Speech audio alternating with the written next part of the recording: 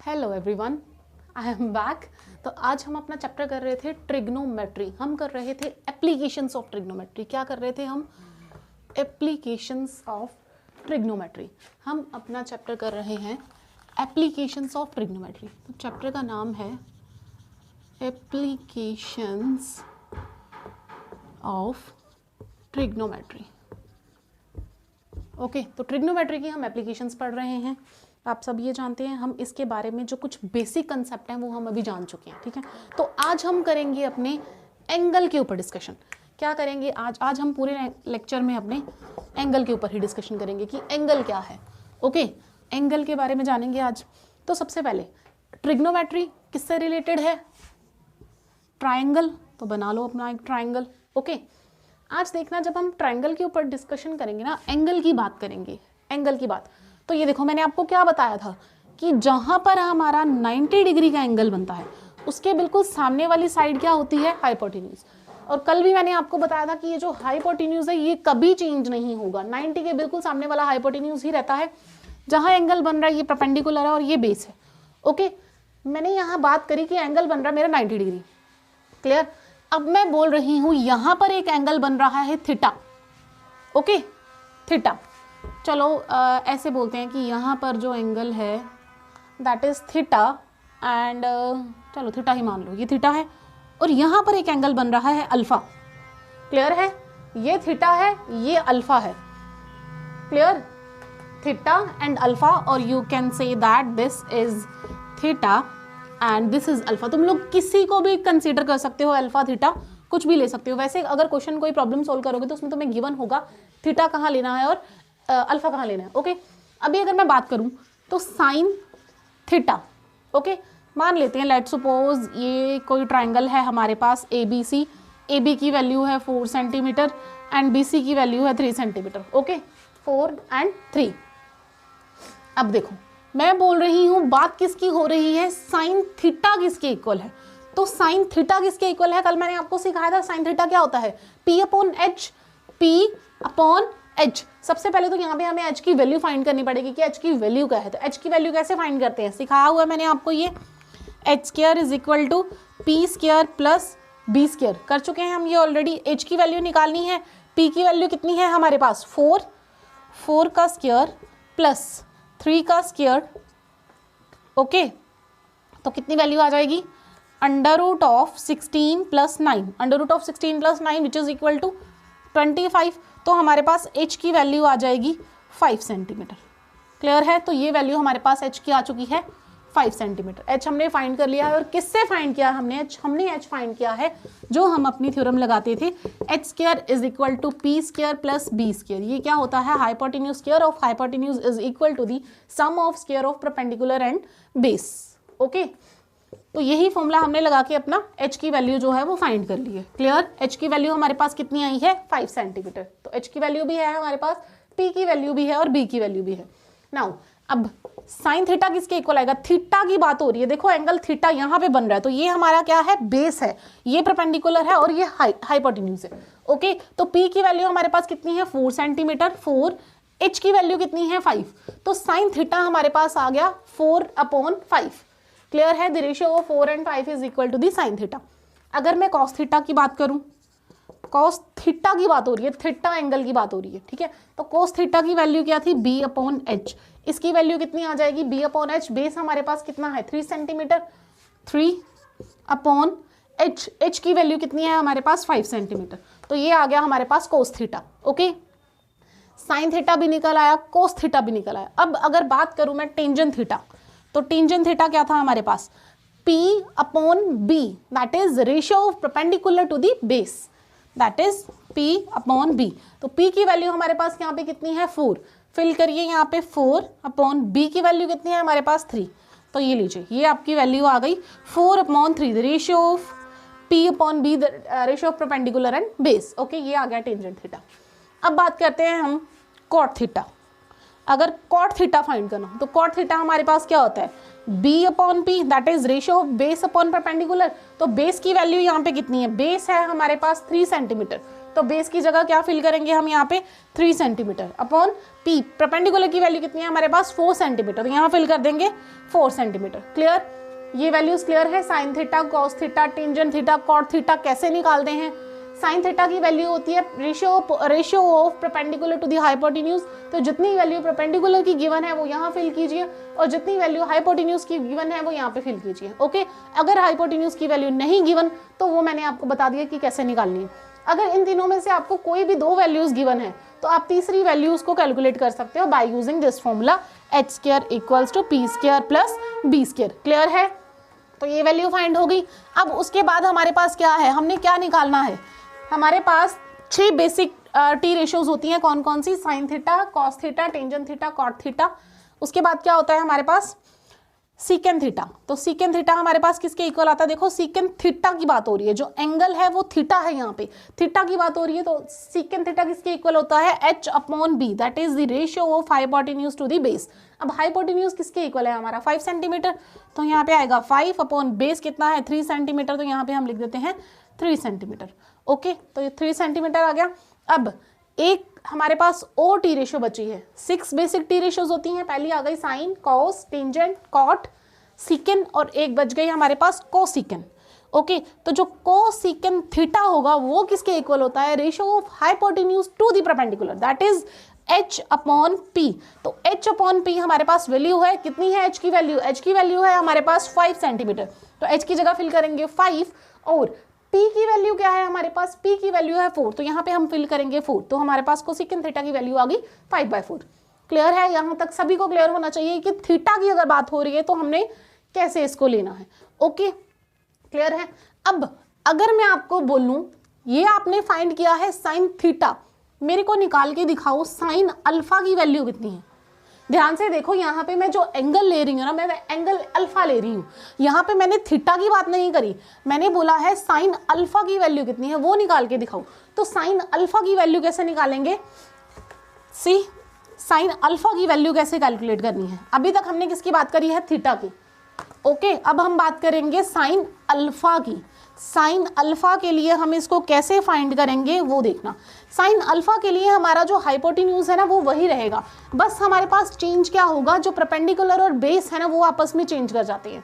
For example ये देखो, अब इस एंगल की बात हो रही है तो ये एंगल मेरा कहाँ पे बन रहा है, इस लाइन के ऊपर, तो ये जो लाइन होगी ये अब मेरी पी ना रह के क्या बन जाएगी, ये बेस बन जाएगा। ओके, तो ये वाली जो लाइन है ये बन जाएगी मेरे लिए बेस, और ये वाली जो लाइन है ये क्या बन जाएगी यहाँ पर, परपेंडिकुलर। 90 डिग्री का एंगल तो वही रहा ना, 90 डिग्री का एंगल वही है, तो जहाँ 90 डिग्री का एंगल है उसके सामने वाला हाइपोटेन्यूज, हाइपोटेन्यूज की वैल्यू चेंज नहीं होगी, जहाँ है वहीं पर रहेगा h। बस चेंज क्या हुआ है हमारे पास, जो b था वो p बन गया, जो p है वो p बन गया। दैट मीन्स परपेंडिकुलर जो है वो बेस एंड जो बेस है वो परपेंडिकुलर। ओके, क्योंकि अब बात जो है वो किसकी हो रही है, अल्फा की बात हो रही है, और अल्फा मेरा एंगल यहाँ बन रहा है, तो इसके लिए बेस क्या होगा, ये वाली line, that is A B. Clear है आपको कि ए बी जो है अब बेस क्यों बना और बी सी जो है वह परपेंडिकुलर क्यों बना, क्योंकि एंगल जो है अब वो चेंज हो चुका है। एंगल हम बात कर रहे हैं अल्फा की, और जो अल्फा है वो बेस एंगल कहाँ पर है, ए बी के ऊपर। क्लियर, नाउ अब फाइंड करते हैं हम अपना साइन अल्फा। तो साइन अल्फा के लिए हम क्या करेंगे, साइन अल्फा वैल्यू तो वही रहेगी ना, साइन अल्फा क्या होता है, साइन की वैल्यू क्या होती है p/h, तो p/h ही लिखेंगे, sine alpha equals to p/h। तो p की वैल्यू दैट इज परपेंडिकुलर की वैल्यू हमारे पास कितनी है 3 सेंटीमीटर, तो यहाँ पे कितना आएगा 3 अपॉन h की वैल्यू कितनी है 5 सेंटीमीटर, तो हमारे पास वैल्यू क्या आ गई 3/5। बट याद करिए जब हमने साइन थीटा निकाला था, जब साइन थीटा निकाला था हमने, तो साइन थीटा में हमने ये अपना बेस लिया था, तो उस केस में हमारा परपेंडिकुलर ये था, उस केस में हमारे पास रिजल्ट आया था 4/5। देखो दोनों में डिफरेंस है, तो ये गलती आपने कभी नहीं करनी कि एंगल क्या पूछा गया है वो चीज देखो, पहले अल्फा पूछा है या थीटा पूछा है। क्लियर है, अल्फा या थीटा, अगर अल्फा पूछा है तो उसके लिए वैल्यू कोई और आएगी, अगर थीटा पूछा गया है तो उसके लिए वैल्यू कोई और आएगी, तो बड़े ही ध्यान से ये सब निकालना। ओके, नाउ अब किसकी बात करेंगे हम, साइन अल्फा निकल चुका है, अब हम क्या निकालेंगे, कोज अल्फा। तो कोज अल्फा, ये देखिए कोज अल्फा, कोज की वैल्यू क्या आती है b/h। अब इस केस में हमारे पास b की वैल्यू क्या है, बेस हमारे पास 4 है, तो यहाँ पे क्या आ जाएगा 4/h की वैल्यू कितनी है 5 सेंटीमीटर। क्लियर है। वैल्यू किसकी निकाली है हमने अल्फा की। क्लियर। अल्फा की वैल्यू कैसे निकलती है, अल्फा की वैल्यू हमें बेस एंगल चेक करना पड़ता है कि बेस एंगल हमारे पास कौन सा है, उस बेस एंगल के अकॉर्डिंगली हम इस वैल्यू को फाइंड करेंगे। क्लियर। तो कोस अल्फा की वैल्यू आ गई b/h दैट इज 4/5। ओके। अब अगर टेंजेंट अल्फा की वैल्यू निकालें तो टेंजेंट अल्फा हमारे पास क्या होता है p/b। यहाँ पर हमारे पास p की वैल्यू कितनी है, p है हमारे पास 3 सेंटीमीटर। ओके। नाउ 3/b की वैल्यू कितनी है, b है 4, तो ये कितनी आ जाएगी 3/4। क्लियर है आपको। ये चीज़ें बहुत ही इंपॉर्टेंट हैं, ये चीज़ें क्लियर होनी चाहिए। अगर ये चीज़ें क्लियर होंगी तो प्रॉब्लम्स को सोल्व करने में कोई दिक्कत नहीं होगी। ओके। तो बड़े ही ध्यान से चेक करना कि थीटा की वैल्यू पूछी है या अल्फा की वैल्यू पूछी है। अगर तो थीटा की वैल्यू आपसे पूछी होगी तो आपका बेस ये रहेगा, बट अगर आपको अल्फा की वैल्यू पूछी गई है तो अल्फा के लिए बेस आपका ये रहेगा। क्लियर है। अब टेंजेंट अल्फा की वैल्यू हम निकाल चुके हैं, अब हमने किसकी वैल्यू निकालनी है, अब हम निकालेंगे cosecant alpha. Now cosecant alpha, तो कोसेकेंट अल्फा हमारे पास किसके इक्वल होता है h/p। h की वैल्यू हमें पता है कितनी है 5 सेंटीमीटर, तो 5/p की वैल्यू, अब p कौन सा है ध्यान से देखना, p कौन सा है, p हमारे पास ये है, परपेंडिकुलर ये है, तो परपेंडिकुलर की वैल्यू 3 है, दैट मीन्स 5/3।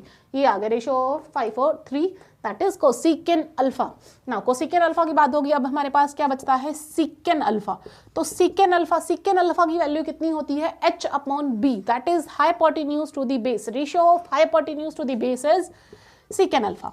तो सेकेंट अल्फा की वैल्यू कितनी है, हाइपोटेन्यूज है हमारे पास 5 और बेस है हमारे पास, बेस अब ये है, ध्यान से लेना बेस कौन सा लेना है, अब बेस ये लेना है, दैट इज 4 सेंटीमीटर। क्लियर है। तो सेकेंट अल्फा की वैल्यू आ गई 5/4। अब हमारे पास एक ही वैल्यू बची है, दैट इज कोट अल्फा। तो कोट अल्फा किसके इक्वल होता है, कोट अल्फा की वैल्यू होती है हमारे पास b/p। तो b/p की बात हो रही है, b की वैल्यू कितनी है, बेस है हमारे पास 4 सेंटीमीटर और परपेंडिकुलर है हमारे पास 3 सेंटीमीटर। क्लियर है। ये चीजें बड़े ही ध्यान से देखना कि एंगल कौन सा है। ओके। तो ये थी ट्राइंगल के अंदर अगर एंगल की बात करें। अब थोड़ा पीछे चलते हैं, 9th क्लास में आते हैं। 9th क्लास में तुम लोगों ने क्वाड्रिलेटरल ज्योमेट्री पढ़ी होगी, क्वाड्रिलेटरल ज्योमेट्री पढ़ी थी, चलो उसको भी छोड़ो। जब हम क्लास स्टार्ट करते हैं ना अपनी 6, तो हम लोगों को 2 डायमेंशनल के बारे में बताया जाता है। ओके। जैसे ही हम अपना 5th क्लास से ऊपर आते हैं, थोड़ा सा मैथ्स जो है हमारा थोड़ा सा वास्ट होने लगता है, तो उस केस में हम लोगों को क्या बताया जाता है कि क्वाड्रेंट्स क्या होते हैं। ओके। क्वाड्रेंट्स क्या होते हैं या फिर 2D क्या चीज़ है। तो 2D के बारे में अगर बात करें तो हम 2D को अपने अगर बोर्ड पे ड्रॉ करें तो हम कैसे ड्रॉ करते हैं 2D को, बड़े ही ईजिली हम उसको ड्रॉ करते हैं, कैसे, लाइक दिस। ओके। और इसको हम क्या बोलते हैं, ये होता है हमारे पास एक्सिस होते हैं ना, x axis and y axis, these are the lines of axis. क्या बोलते हैं इसको, लाइन्स ऑफ एक्सिस। तो लाइन्स ऑफ एक्सिस की बात करें तो this is the x axis. Okay. इसको x एक्सिस बोलते हैं, और ये वाली जो लाइन होती है इसको हम बोलते हैं y एक्सिस। ओके। तो आज हम ध्यान से इसके बारे में पढ़ेंगे कि y एक्सिस और x एक्सिस में क्वाड्रेंट्स क्या होते हैं, एंगल क्या होता है, उस चीज़ की सारी बात करेंगे। ठीक है।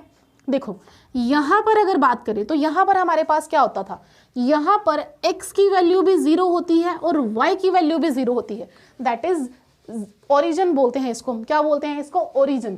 क्यों क्यों क्योंकि यहाँ पे x की वैल्यू भी 0 है, y की वैल्यू भी 0 है, तो इसको हम ओ से डिनोट कर देते हैं, दैट इज ओरिजिन। क्लियर। अब हमारे पास इसमें कितने क्वाड्रेंट्स बनते हैं, इसमें हमारे पास 4 क्वाड्रेंट बनते हैं। इसको बोलते हैं फर्स्ट क्वाड्रेंट, ये होता है हमारा सेकंड क्वाड्रेंट, ये होता है थर्ड क्वाड्रेंट, और ये होता है हमारे पास फोर्थ क्वाड्रेंट। देखो हम यहाँ पे चलते कैसे हैं, यहाँ पर हम एंटी क्लॉकवाइज डायरेक्शन में चलते हैं। क्लॉकवाइज होता है ऐसे और एंटी क्लॉकवाइज होता है ऐसे। ओके। तो यहाँ पर हम कैसे चलते हैं, एंटी क्लॉकवाइज डायरेक्शन। तो अगर हमने एंटी क्लॉकवाइज डायरेक्शन फॉलो करी है तो एंटी क्लॉकवाइज डायरेक्शन में चलते हुए हमारे पास ये कौन सा आता है, फर्स्ट क्वाड्रेंट। क्या बोलते हैं इसको, फर्स्ट क्वाड्रेंट। और ये होता है हमारे पास second quadrant. This is second quadrant, third quadrant and fourth quadrant. इसको हम क्वाड्रेंट्स पे डिफाइन करते हैं। और ये जो क्वाड्रेंट होते हैं इसको डिफाइन करने के लिए हम क्या बोलते हैं, फर्स्ट क्वाड्रेंट में हमारे पास क्या होता है, इस क्वाड्रेंट में x की वैल्यू भी पॉजिटिव होती है और y की वैल्यू भी पॉजिटिव होती है।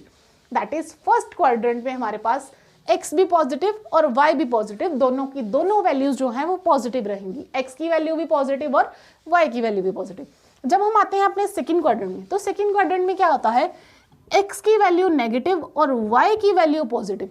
तो वैल्यूज यहाँ पे थोड़ी सी चेंज होती हैं सेकंड क्वाड्रेंट में। सेकंड क्वाड्रेंट में x की वैल्यू नेगेटिव होती है और y की वैल्यू पॉजिटिव रहती है। ओके, ये है हमारा सेकंड क्वाड्रेंट।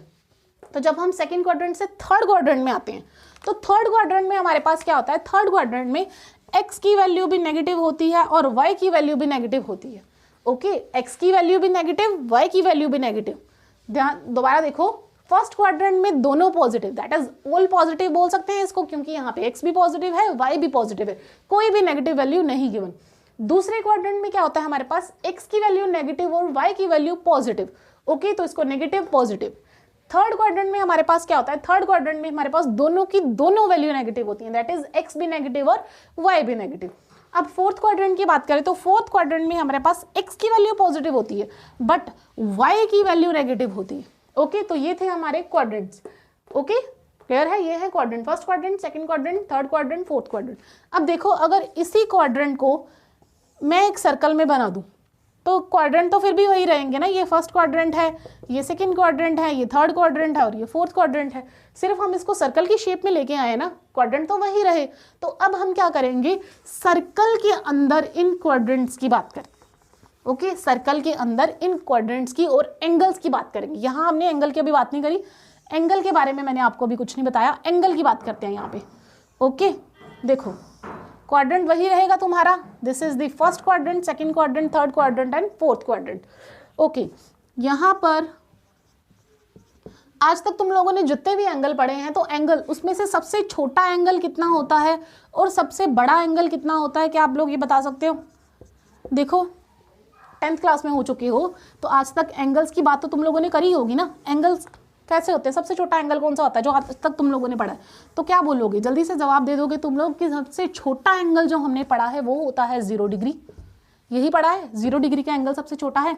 और सबसे बड़ा एंगल जो आज तक हमने पढ़ा है वो क्या है, 360 डिग्री।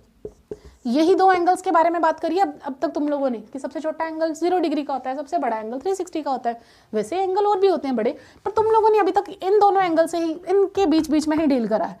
ओके, इससे ज़्यादा या इससे कम एंगल के बारे में तुम लोगों ने अभी तक डील नहीं करा है। ओके, तो यहाँ पे आओ, फर्स्ट क्वाड्रेंट में अगर बात करें, ओके, ये क्या होती है, हमारी एक्सिस होती है। तो एक्सिस कभी भी मूव नहीं करती, तो ये जो एक्सिस होगी तुम्हारी, कोई भी नाम दे दो इसको, ए पॉइंट है, तो ओ ए जो है ये कभी मूव नहीं करेगी, ये यहीं पे रहेगी।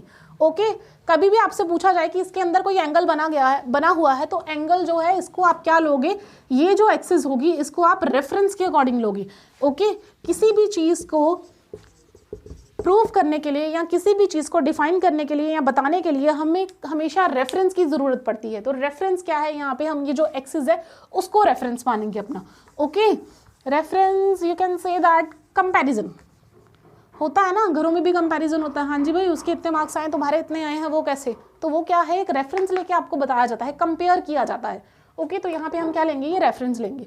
ओके, नाउ अब अगर मैं बात करूं कि मैंने यहाँ पर कोई इस सर्कल की बाउंड्री के ऊपर यहाँ पर कोई पॉइंट लिया है, बी पॉइंट। ओके, और उस बी पॉइंट को मैंने ओरिजिन के साथ कर दिया है ज्वाइन। तो अब बताओ इसका एंगल कितना होगा। अब ये देखो यहाँ पे एंगल बन कितने रहे हैं, यहाँ पर अगर इस लाइन की बात करूं मैं, और ये लाइन ऑफ रेफरेंस मैंने ली है, तो लाइन ऑफ रेफरेंस और इस लाइन के बीच में दो एंगल बन रहे हैं। देखो, एक तो एंगल मैं ऐसे बनाऊंगी, ये एंगल बन रहा है, और दूसरा एंगल इस लाइन के साथ ये बन रहा है। दो एंगल बन रहे हैं ना। देखो, ये लाइन थी, अगर बात किया जाए तो एक एंगल ये है और एक एंगल ये है, दो एंगल बन रहे हैं यहाँ पे। कुछ भी मान लो, इसको थीटा मान लो, इसको अल्फा मान लो, तो दो एंगल बन रहे हैं, थीटा और अल्फा। तो तुम्हें किस एंगल के साथ डील करना है, वो चीज़ कैसे क्लियर होनी चाहिए। देखो, अभी मैंने तुम लोगों को क्या बताया था कि अगर हम एंगल की बात करेंगे तो एंगल जो है वो हमने कैसे लेना है, एंटी क्लॉकवाइज डायरेक्शन में। तो ये एंगल जो है ये क्लॉकवाइज डायरेक्शन में नहीं जा रहा, तो ये इसकी बात हम नहीं करेंगे क्योंकि ये क्लॉकवाइज डायरेक्शन में जा रहा है। हमें सिर्फ यहाँ पे एक ही एंगल से डील करना है, और वो कौन सा एंगल है जो कौन सी डायरेक्शन में जा रहा है, that is anti clockwise direction. तो हम किस एंगल की बात करेंगे यहाँ पे, हम सिर्फ इस एंगल की बात करेंगे, ये वाला एंगल थीटा। ओके, तो हमने सिर्फ इसी एंगल की बात करनी है, थीटा एंगल की। क्लियर है आप सबको ये, हम किसकी बात करेंगे, ओनली थीटा। ओके, थीटा की बात हम करेंगे। तो थीटा कहाँ था हमारा, ये रहा थीटा। ओके, तो जैसे जैसे हम एंटी क्लॉकवाइज आगे बढ़ते जाएंगे हमारा एंगल क्या करेगा, इंक्रीज करता जाएगा। यहां से एंगल क्या कर रहा है, इंक्रीज कर रहा है। ओके, अगर मैं आपको बोलूं ये एक सर्कल है, ये हमारी लाइन ऑफ एक्सिस है, मैंने यहां पर कोई पॉइंट ले लिया, 1 2 लेते हैं, चलो चलो ए लेते हैं, A B C D E. Okay, और मैं बोल रही हूं कि इसको लाइन ऑफ रेफरेंस के साथ ज्वाइन करके एंगल बताओ कि एंगल कौन सा बड़ा है और कौन सा एंगल छोटा है। ओके, बाद में आते हैं, अभी उस पर देखो, ये लाइन जो है ये मूवेबल लाइन है। ओके, ये लाइन क्या है, ये मूवेबल लाइन है, ये मूव कर सकती है, दिस इज मूवेबल लाइन। और ये जो मैंने आपको लाइन ऑफ रेफरेंस बताई थी ये क्या थी, ये मूवेबल नहीं थी, ये क्या रहती है, यहीं पे रहती है, ये चेंज नहीं होती। मूवेबल लाइन ये है। ओके, इस एंगल के साथ हमने डील करनी है, तो ये जो एंगल है ये हमने इसको थीटा मान लिया है। ओके, और ये जो एंगल है ये किसके बीच में लाई कर रहा है, ये लाई कर रहा है 0 डिग्री से लेकर 90 डिग्री के बीच में लाई, 0 डिग्री से लेकर 90 डिग्री के बीच में ये एंगल लाई कर रहा है, इसको क्या बोलेंगे, थीटा। क्लियर है। अब आगे आते हैं, देखो ये वाली लाइन क्या है हमारे पास, बिल्कुल स्ट्रेट लाइन है, तो ये कितना एंगल बना रही है, ये 90 डिग्री का एंगल बनाएगी इसके साथ। लाइन ऑफ रेफरेंस के साथ कितना एंगल बना रहा है यहाँ पे, ये 90 डिग्री का एंगल। तो 0 से लेकर 90 डिग्री तक का जो एंगल होगा उसको हम क्या बोलेंगे, फर्स्ट क्वाड्रेंट। ओके, तो ये क्या बन गया मेरा, फर्स्ट क्वाड्रेंट। क्लियर है। अब अगर मैं बोलूं कि यहाँ पर कोई पॉइंट है सी पॉइंट की लाइन को ओरिजिन के साथ ज्वाइन करो, तो ओरिजिन के साथ ज्वाइन किया, अब यहाँ पे जो एंगल बनेगा वो ये एंगल बनेगा पूरा का पूरा, थीटा एंगल। ओके, अब ये जो एंगल होगा ये एंगल ऐसे ही लेंगे ना इसको, ये देखो क्लॉकवाइज यही एंगल आएगा लाइन ऑफ रेफरेंस के साथ। अब अगर मैं पूछूं ये एंगल थीटा है और ये जो एंगल बना है ये अल्फा है, तो थीटा और अल्फा में से एंगल बड़ा कौन सा है, तो थीटा और अल्फा में से कौन सा एंगल बड़ा होगा, alpha is greater than theta. Clear है। ये देखो ये एंगल बना है तुम्हारे पास अल्फा, ओके, और ये एंगल है थीटा, तो दोनों में से बड़ा एंगल कौन सा है, obviously alpha angle is greater than theta. Clear है। तो अल्फा एंगल क्या है, बड़ा है। तो इससे तुम्हें क्या पता चल रहा है कि जैसे जैसे ये जो लाइन है तुम्हारी ये मूव कर रही है क्लॉकवाइज डायरेक्शन में, तो क्या हो रहा है, एंगल तुम्हारा इंक्रीज हो रहा है। ओके, तो angle increases, angle increases in anti-clockwise direction, in anti-clockwise direction with the line of reference। Line of reference के साथ जो एंगल है वो क्या कर रहा है, इंक्रीज कर रहा है। जब हम कैसे मूव करते हैं, एंटी क्लॉकवाइज डायरेक्शन में मूव करते हैं, कि जब तुम लोग एंटी क्लॉकवाइज डायरेक्शन में मूव करोगे तुम्हारा जो एंगल है वो क्या करेगा, इंक्रीज करेगा। ओके, क्लियर है। ये एंगल क्या करता है, इंक्रीज करता है while going to anti clockwise direction. Okay, ऐसे ही चलिए दोबारा बना लेते हैं। यहाँ पे देखो, अगर यहाँ मैं बात करूं कि एंगल एक और आ गया, लो यहाँ पे अब कोई पॉइंट है ये डी पॉइंट, तो इस डी पॉइंट से ओ तक का जो एंगल होगा वो और बढ़ गया, ये देखो और एंगल बढ़ गया, तो ये क्या हो जाएगा, और बड़ा हो जाएगा। क्लियर है। चलो अब मैं क्वाड्रेंट बता देती हूँ कि क्वाड्रेंट जो है कहाँ से कहाँ तक होते हैं, 0 90 180 सॉरी 270 और यहाँ पे आ जाएगा 0 एंड 360 डिग्री। ओके, देखो यहाँ पे अगर बात कर रहे थे तो यहाँ पे एंगल और इंक्रीज कर जाएगा। अब ये जो एंगल है ये कहाँ से कहाँ तक है, ये 0 से लेकर 180 के भी बियॉन्ड चला गया, 270 के पास है। ओके, अगर यहाँ पे लाइन ड्रॉ कर देंगे तो ये देखिए यहाँ से लेकर यहाँ तक एंगल बनेगा आपका। ओके, तो ये एंगल क्या हो गया, और भी बड़ा हो गया। अच्छा, अब जो पीछे मैंने बात करी थी कि यहाँ पर मैंने कुछ पॉइंट्स लिए हैं, that is A B C D। Okay, तो ये एंगल बनेगा आपका एंगल 1। क्लियर है। यहाँ से आपका बनेगा एंगल 2 एंड यहाँ से बनेगा आपका एंगल 3 और एक यहाँ पॉइंट लिया था तो यहाँ से बनेगा एंगल 4। तो इनमें से एंगल बड़ा कौन सा है, एंगल 4 क्या होगा, एंगल 3 से बड़ा। ये देखो एंगल 4, ये एंगल 3 से क्या है, एंगल 3 तो यहीं तक है ना, ये आगे उससे भी आगे चला गया, तो एंगल 4 बड़ा है एंगल 3 से, एंगल 3 से बड़ा है एंगल 2 से, और एंगल 2 बड़ा है एंगल 1 से। ओके तो ऐसे इसको लिखना है कि ग्रेटेस्ट एंगल इज एंगल 3 और angle 3 is greater than angle 2 and angle 2 is greater than angle 1। Clear है? तो यहाँ पे कौन सा एंगल है वो भी हमें पता चल चुका है।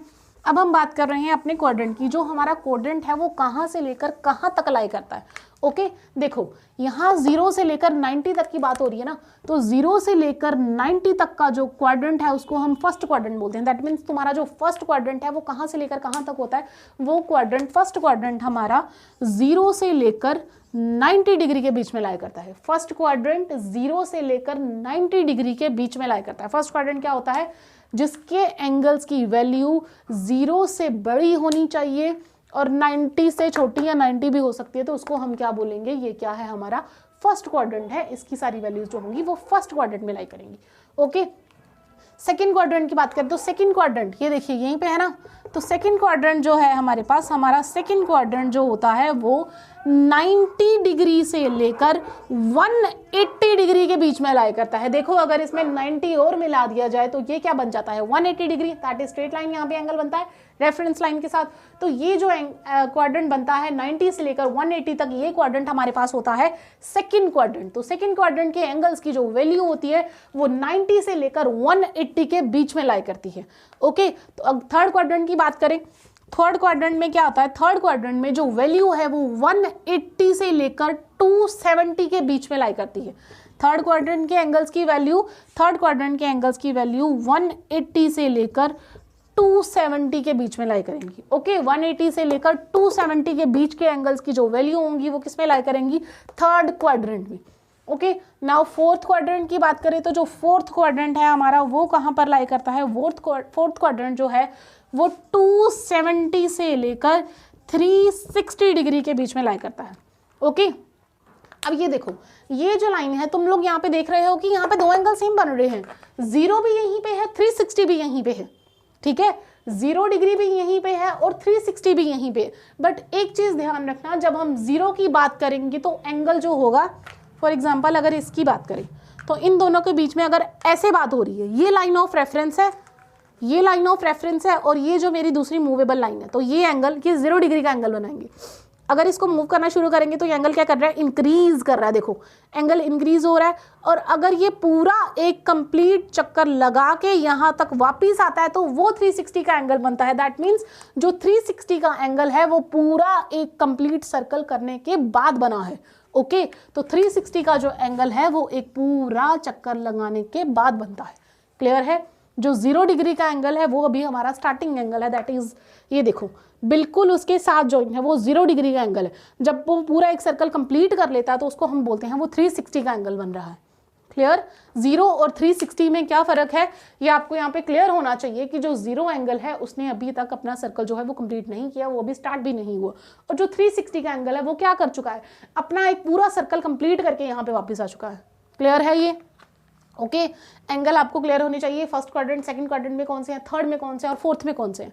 ओके अब एक और बात करते हैं, ये बड़ी ही इंपॉर्टेंट बात है, इसको ध्यान से सुनना कि कौन सा एंगल कहाँ पॉजिटिव होता है और कौन सा एंगल कहाँ नेगेटिव होता है। जैसे टी रेशोज की बात करें तो टी रेशोज की अगर बात करें तो हमारी कौन सी टी रेशो कौन से क्वाड्रेंट के अंदर पॉजिटिव होगी और कौन से क्वाड्रेंट के अंदर नेगेटिव होगी।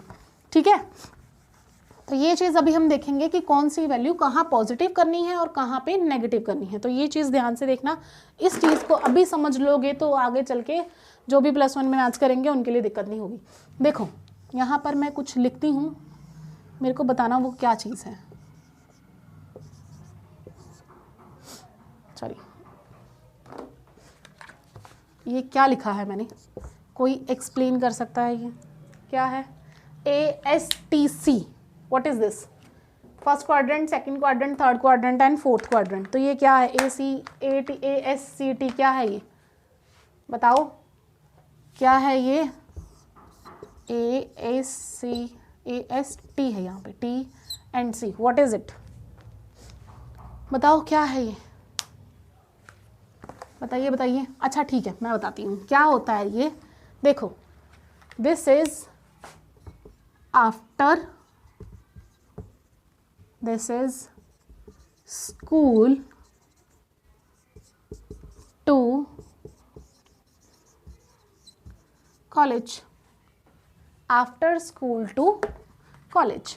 इसका क्या मतलब है? अब स्कूल के बाद कॉलेज ही तो जाना है तुम्हें, कहाँ जाना है स्कूल के बाद? कॉलेज ही जाओगे, तो आफ्टर स्कूल टू कॉलेज।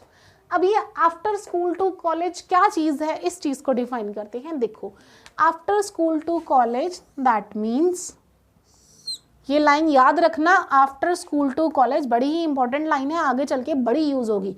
इसका ए उठाते हैं, ए दैट मीन्स ऑल पॉजिटिव। यहाँ पे सारी की सारी जो टी रेशियोज होंगी वो सारी पॉजिटिव होंगी फर्स्ट क्वाड्रेंट में।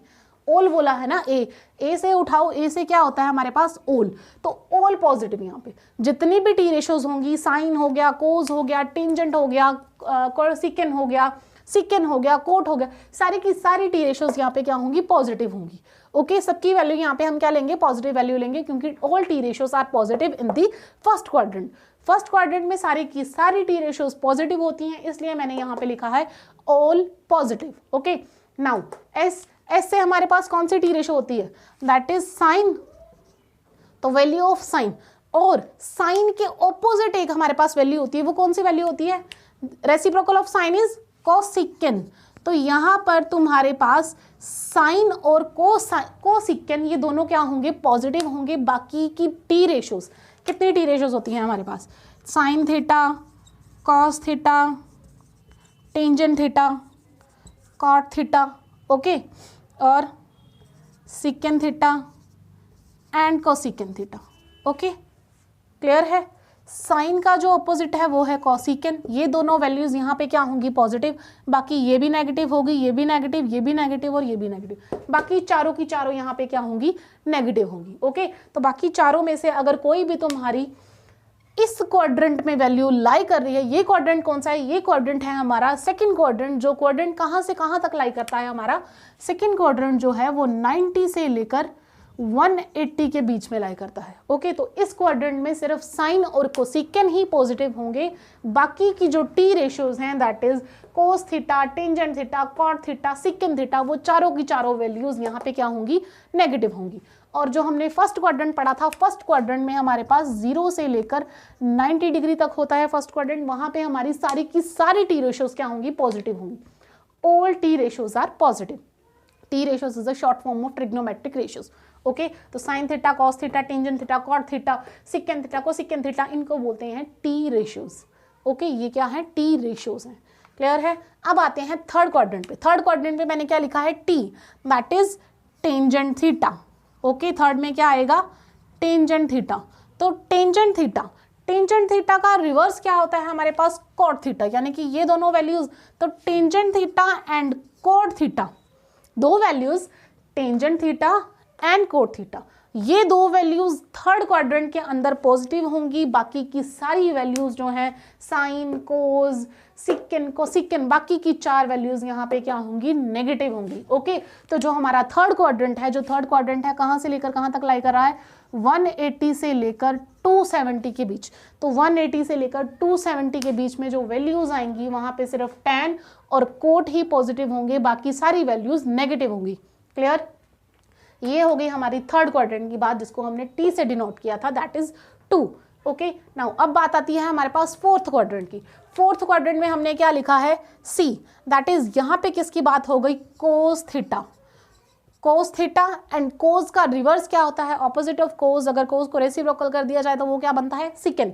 तो कोस एंड सिकन थीटा, तो ये जो दो वैल्यूज होंगी ये क्या होंगी? फोर्थ क्वाड्रेंट में पॉजिटिव होंगी, बाकी की सारी वैल्यूज नेगेटिव होंगी। और जो हमारा फोर्थ क्वाड्रेंट है वो कहाँ लाई करता है? फोर्थ क्वाड्रेंट हमारा लाई करता है 270 से लेकर 360 के बीच में। ओके, फोर्थ क्वाड्रेंट कहाँ से लेकर कहाँ तक लाई करता है? 270 से लेकर 360 के बीच में लाई करता है। और यहाँ पर हमारे पास सिर्फ दो ही वैल्यू पॉजिटिव होती हैं, और दो वैल्यूज वो कौन कौन सी हैं? एक है कॉस थीटा और एक है सिकन थीटा। ओके, तो अभी ये आपको आफ्टर स्कूल टू कॉलेज ये चीज़ याद रखनी है, ताकि आपको टी रेशियोज कौन सी कहाँ पर पॉजिटिव है और कहाँ पे नेगेटिव है ये चीज़ आपको क्लियर हो जाए। ओके, एक बार दोबारा एक्सप्लेन करती हूँ। आफ्टर स्कूल टू कॉलेज, जो आपका आफ्टर है दैट इज ए, वो आएगा फर्स्ट क्वाड्रेंट में, school that is second quadrant, T2 that is third quadrant and college is in fourth quadrant. Okay देखो सबके बाद ही आता है ना college, after school to college, school के बाद ही आएगा कॉलेज, तो ये क्या आएगा, अगर हम एंटी क्लॉकवाइज डायरेक्शन में चलेंगे तो ये फोर्थ क्वाड्रेंट में। क्लियर है। A that is all positive, all positive that means यहाँ पर जितनी भी टी रेशियोज हमारे पास गिवन है, चाहे वो साइन हो, कोस हो, टेंजेंट हो, कॉट थीटा हो, सिकेंड थीटा हो या कोसिकेंड थीटा हो, सारी की सारी वैल्यूज फर्स्ट क्वाड्रेंट में क्या होंगी, पॉजिटिव होंगी। और जो हमारा फर्स्ट क्वाड्रेंट है वो 0 से लेकर 90 डिग्री के बीच में लाई करता है। ओके सेकेंड क्वाड्रेंट में हमारे पास एस से डिनोट है, तो एस की वैल्यू जो होती है वो कौन सी होती है, साइन थीटा। तो साइन थीटा के ऑपोजिट जो रेशियो है वो हमारे पास है कोसिकेंड थीटा। तो दैट मीन्स यहाँ पे sign theta and cosecant theta वो दोनों क्या होंगे, पॉजिटिव, और बाकी की अदर जो भी टी रेशियोज हैं हमारे पास वो क्या होंगी, नेगेटिव। तो यहाँ पर सेकेंड क्वाड्रेंट में कौन कौन सी नेगेटिव होगी, tangent theta, cot theta, cos theta, secant theta, ये चार वैल्यूज यहाँ पे क्या होंगी, नेगेटिव होंगी। पॉजिटिव सिर्फ दो ही वैल्यू होंगी, that is sine theta and cosecant theta. Okay अब आते हैं थर्ड क्वाड्रेंट में। थर्ड क्वाड्रेंट जो कि हमने सेकंड क्वाड्रेंट जो हमारा था वो 90 से लेकर 180 के बीच में लाई करता है। ये वैल्यू हमेशा याद रखनी है कि यहाँ पर होता है हमारे पास 0 और 360 डिग्री, यहाँ पर होता है 90 डिग्री, यहाँ पर 180 डिग्री, और यहाँ पर हमारे पास होता है 270 डिग्री। ओके क्लियर है। ये वैल्यूज याद रखोगे तो कोई भी प्रॉब्लम नहीं होगी। बात कर रहे हैं हम अपने थर्ड क्वाड्रेंट की। थर्ड क्वाड्रेंट में क्या है हमारे पास, टी। तो टी वर्ड जो है वो उससे कौन सी हमारी टी रेशियो स्टार्ट होती है, वो है टेंजेंट थीटा।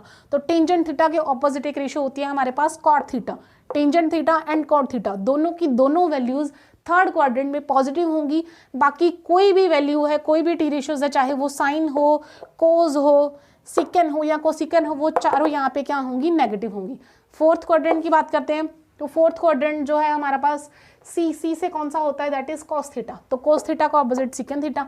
तो कॉस और सिकेंड जो वैल्यूज हैं वो फोर्थ क्वाड्रेंट में क्या होंगी, पॉजिटिव होंगी, बाकी सारी की सारी नेगेटिव होंगी। क्लियर है। ये चीज याद रखना कि कौन सा क्वाड्रेंट जो है वो कहाँ लाई करता है। ओके याद रखोगे। ये थोड़ी थोड़ी चीजें हैं जो आई थिंक आपकी बुक्स में भी नहीं गिवन, तो ये चीजें याद रखना, सम आपका गलत नहीं होगा। क्लियर है। अच्छे से इसको पढ़ना ताकि ये सारा का सारा आपको भूले ना। +1 में अगर जाओगे मैथ्स और करोगे चूज तो उसके लिए भी आपको क्या होगा, फायदा होगा।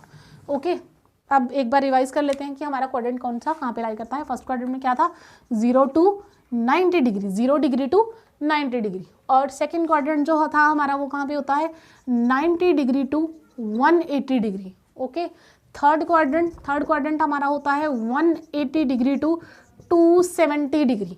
एंड फोर्थ क्वाड्रेंट जो होता है हमारे पास वो कौन सा होता है, 270 to 360 degree. Okay first quadrant में कौन कौन सी वैल्यूज पॉजिटिव होती हैं, फर्स्ट क्वाड्रेंट में हमारे पास sine theta and cosecant theta positive होता है। सेकेंड क्वाड्रेंट में हमारे पास कौन सा पॉजिटिव होता है, सॉरी फर्स्ट क्वाड्रेंट में हमारे पास ऑल पॉजिटिव होते हैं, sorry my mistake. First quadrant में हमारे पास क्या होता है, ऑल पॉजिटिव, सारे के सारे यहाँ पे वैल्यूज क्या आती हैं फर्स्ट क्वाड्रेंट में, पॉजिटिव। सेकेंड क्वाड्रेंट में हमारे पास क्या होता है, sine theta and cosecant theta, ये दो वैल्यूज हमारे पास पॉजिटिव होती हैं। Okay sine theta and cosecant theta, cosecant theta. Third quadrant में हमारे पास कौन कौन सी वैल्यू पॉजिटिव होती हैं, tangent theta and cot theta, ये दो वैल्यूज पॉजिटिव होती हैं। और फोर्थ क्वाड्रेंट में हमारे पास कौन सी वैल्यूज पॉजिटिव होती हैं, cos theta and secant theta. देखो 6 की 6 टी रेशियोज यहाँ पे तुम्हारे पास आ चुकी हैं, sine theta, cosecant theta, tan theta, cot theta, cos theta and secant theta. Okay first quadrant 0 से लेकर 90 डिग्री के बीच में लाई करता है, सारी की सारी वैल्यूज पॉजिटिव होती हैं। सेकंड क्वाड्रेंट 90 से लेकर 180 तक लाई करता है, सिर्फ साइन और कोसिकेंड पॉजिटिव होता है, बाकी ये चारों नेगेटिव होती हैं। थर्ड क्वाड्रेंट 180 से लेकर 270 के बीच में लाई करता है, टेंजेंट और कॉट पॉजिटिव होता है, बाकी ये चारों क्या हैं, नेगेटिव हैं। फोर्थ क्वाड्रेंट 270 से लेकर 360 के बीच में लाई करता है, और इसमें सिर्फ हमारा कॉस थीटा और सिकेंड थीटा पॉजिटिव होता है, बाकी सारी वैल्यू क्या होती है, नेगेटिव होती हैं। ओके नोट डाउन करना है तो नोट डाउन कर लीजिए। ओके चलिए आगे बढ़ते हैं। अब आगे हमने क्या करना है, अब आगे मैं आपको एक और चीज सिखाती हूँ इसके बारे में, एंगल्स के बारे में। एंगल हमारे पास दो तरह के होते हैं, एक होता है एंगल ऑफ एलिवेशन और एक होता है एंगल ऑफ डेविएशन। दो तरह के एंगल है, angle of elevation and angle of deviation. तो एंगल ऑफ एलिवेशन और एंगल ऑफ डेविएशन क्या होता है ये बात करेंगे हम अपने अगले लेक्चर में। ओके, आज के लेक्चर में सिर्फ इतना ही। Thank you.